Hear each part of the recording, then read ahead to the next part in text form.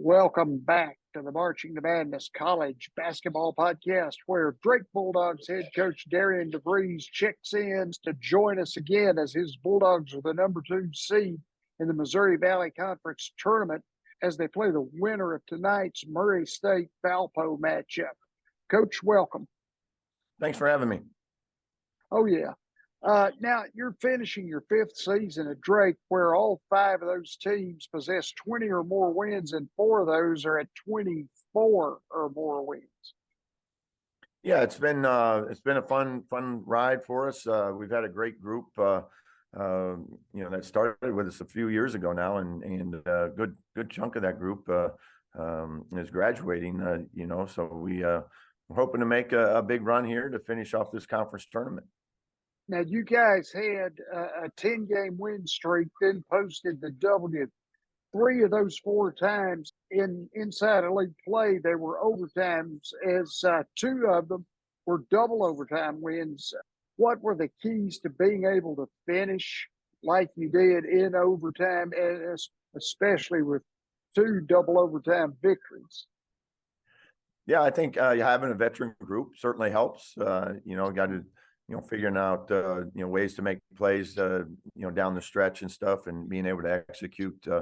I think when you have a group that's had some success, they don't panic, so they're able to stay in the moment a little bit. And fortunately, we were able to come away with some wins.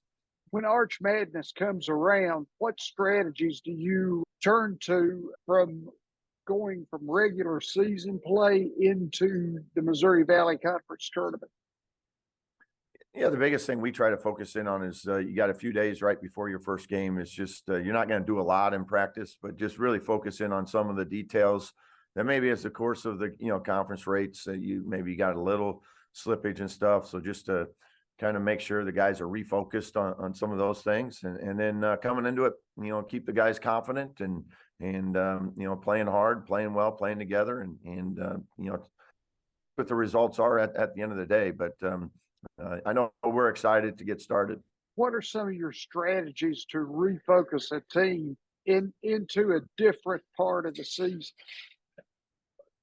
Yeah, I think the biggest thing for us is, whether it's, gap help or, ball screen coverage, player movement, screening, those type of things. I mean, for the most part, you are what you are at this point in the year. So it's just trying to, just clean up some little stuff that maybe can get you a basket or 2. Roman Penn and DJ Wilkins missed a season each with injuries. So they haven't really played together until this year for a while.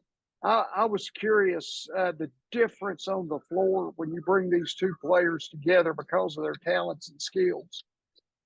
Yeah, they've unfortunately had some injury issues throughout their careers.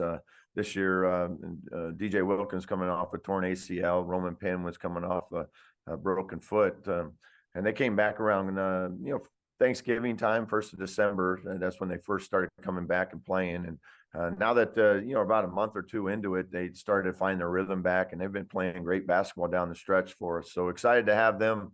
I think it's the first time both together in the conference tournament.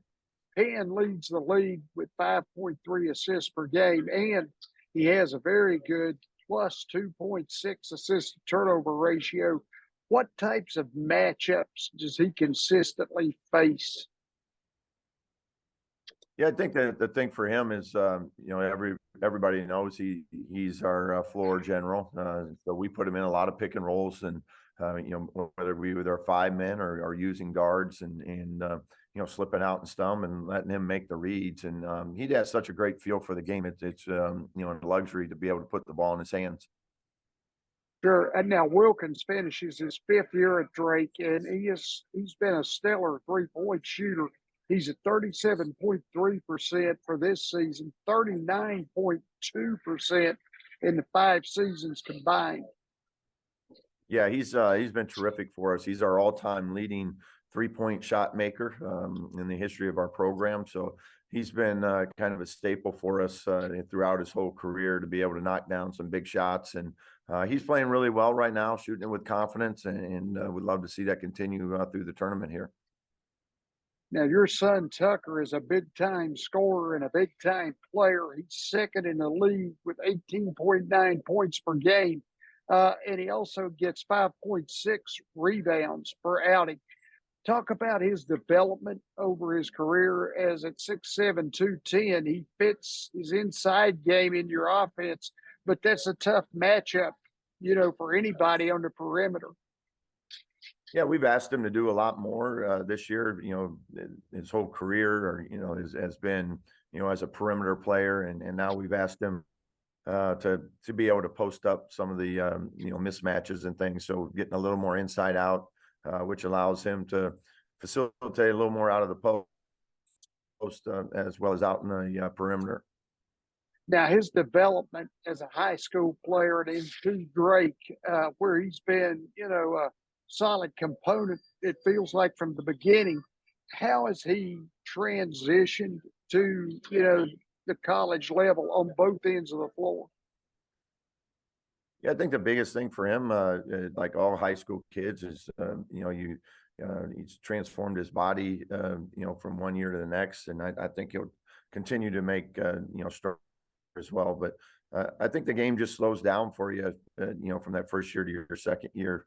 You just understand the speed of the game and what needs to happen on both ends of the floor, how to get to your spots better.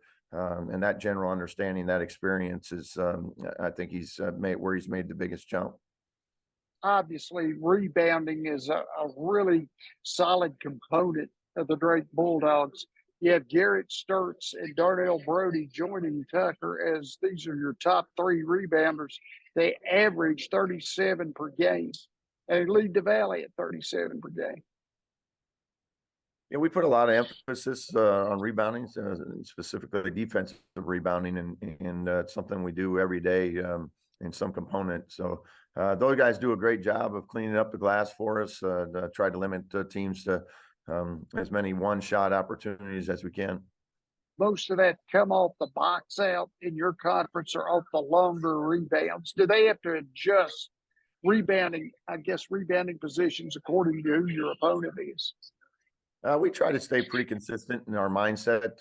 We try to go hit bodies, and then go pursue and get it. And the guys they do a great job of that. There's times where we'll miss one or two, but overall they're pretty consistent in being able to get bodies on guys and not letting guys get clean runs to the rim. Now, experience and depth are two intangibles that you possess at Drake. I'm curious how these two qualities can lead into maybe 3 wins in the Missouri Valley, which will give you an NCAA berth. Yeah, experience is huge. We have a lot of guys that have been able to make it to a couple finals. We're hoping that pays some dividends for us this weekend. And then a big piece, as you mentioned, is going to be our depth. When you got to play 3 games in 3 days, you got to be able to rotate some guys in and out to stay fresh enough to be able to get through 3 games. As you look at a tournament where you could play, like we're saying, the 3 games in 3 days, how do you turn the pages from the wins? Because, you win a game, you got to be thinking about, okay, who's next in an hour, I guess, right? Yeah, maybe even 5-10 minutes. You get done with the game. If you're fortunate enough to win, you say, great job, guys. And then you turn to who do you play next and start that prep. Regular season, maybe you'll hang on to that game a little longer, review it the next day, work through some things with your team. But this time of year in these tournaments like this, it's immediately switching to that next opponent. How much change do you generally find based on what the teams would do in the regular season? Very little. It's just like I said, after 30 games, teams pretty much are running what they're going to run. They're not going to completely overhaul who they are, what they're doing in a couple of days. So they may add a wrinkle or two to some of their packages that they already have, but in general, it's going to be the same. For every team you play, that what they did during the regular season is a lot of what you're going to see in the conference tournament. Last thing, Coach, this is one of the top tournaments to watch. It comes on the first weekend of conference tournament play. the challenge is there from almost every seed in every spot. Come on now as one of the veterans in coaching in Arch Madness. Talk about things you found out about with this tournament as you began maybe 5 years ago. Yeah, I think it's all about just playing well on that day. The records, for the most part are insignificant other than, some seeds and things like that. For in our case, only having to win 3 games instead of 4, getting that first round bye is a huge deal. But overall, it really only matters that day and who plays better for those 40 minutes. And if you do, you advance. If you don't, you go home. And that's the beauty of these conference tournaments. Coach Darian DeVries, ladies and gentlemen, one of the winningest coaches now in the Missouri Valley Conference with his Drake Bulldogs set as the 2 seed on Saturday evening against the Murray State Valpo winner. Coach, thanks a lot for coming on with me. I appreciate it. Thank you. Yeah, good luck to you now. Yeah. All right. Appreciate it.